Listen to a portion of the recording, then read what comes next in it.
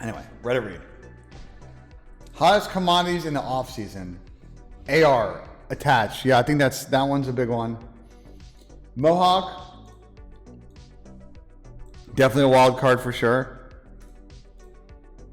Clay's a hundo P getting on the team. And I would say that the Crim situation is interesting. And I'm very curious how fast we will hear a decision on the New York camp on what they want to do. Because Crim did not play particularly good at the end of the season. They qualified for champs, I get it, but Crim was not frying. And y'all know how Crim is behind the scenes. I don't got to say it. So I don't think his spot is 100% certainty.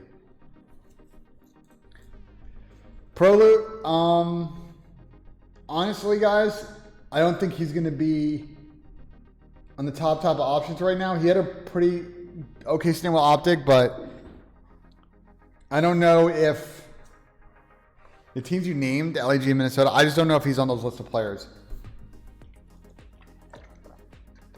they want to target, like candidly.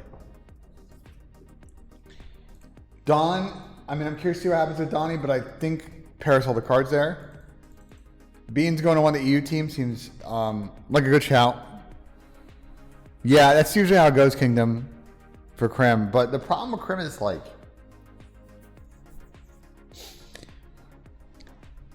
Crim is a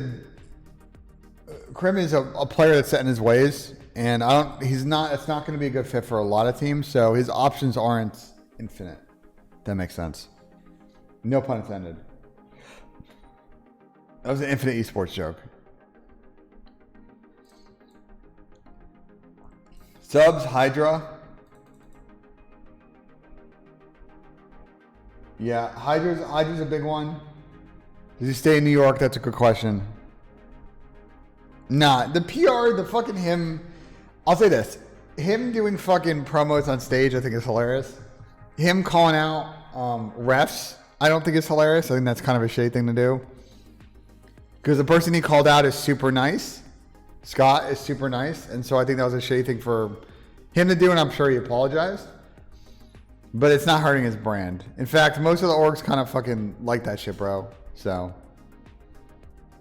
I would say take zero guesses about Paris because you have no idea what direction they're going to go in. And they will take their sweet fucking time to do it.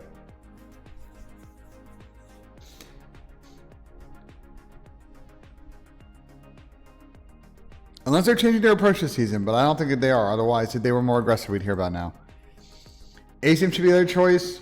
I believe he has a team option. So that one's on LAG. And I think the org likes him. So my guess is they may try to figure out how to be part of him, the whole LAG thing. Please explain your take last night about I don't think FaZe is locked for next year. Yeah, I don't think FaZe is locked for next year. It entirely depends about how today goes. If they win, yeah, they're locked. If they lose, I mean, they will have finished second at like a gazillion events this season. It's not I cannot sit here with 100% certainty and say that they will not make a change. I think that would be a fair take. There's always an option that they think, oh, well, you know, Alec wasn't super consistent this year, or maybe they absolutely drink the Kool-Aid and they think, oh, well, maybe we can somehow get a more consistent player than BZ, which I don't think they should do. I would say, here's what I'll say about it. I would say if I were in their situation, you probably run it back. But the point I was saying on the show is like, they're signed for next year, but it's a team option.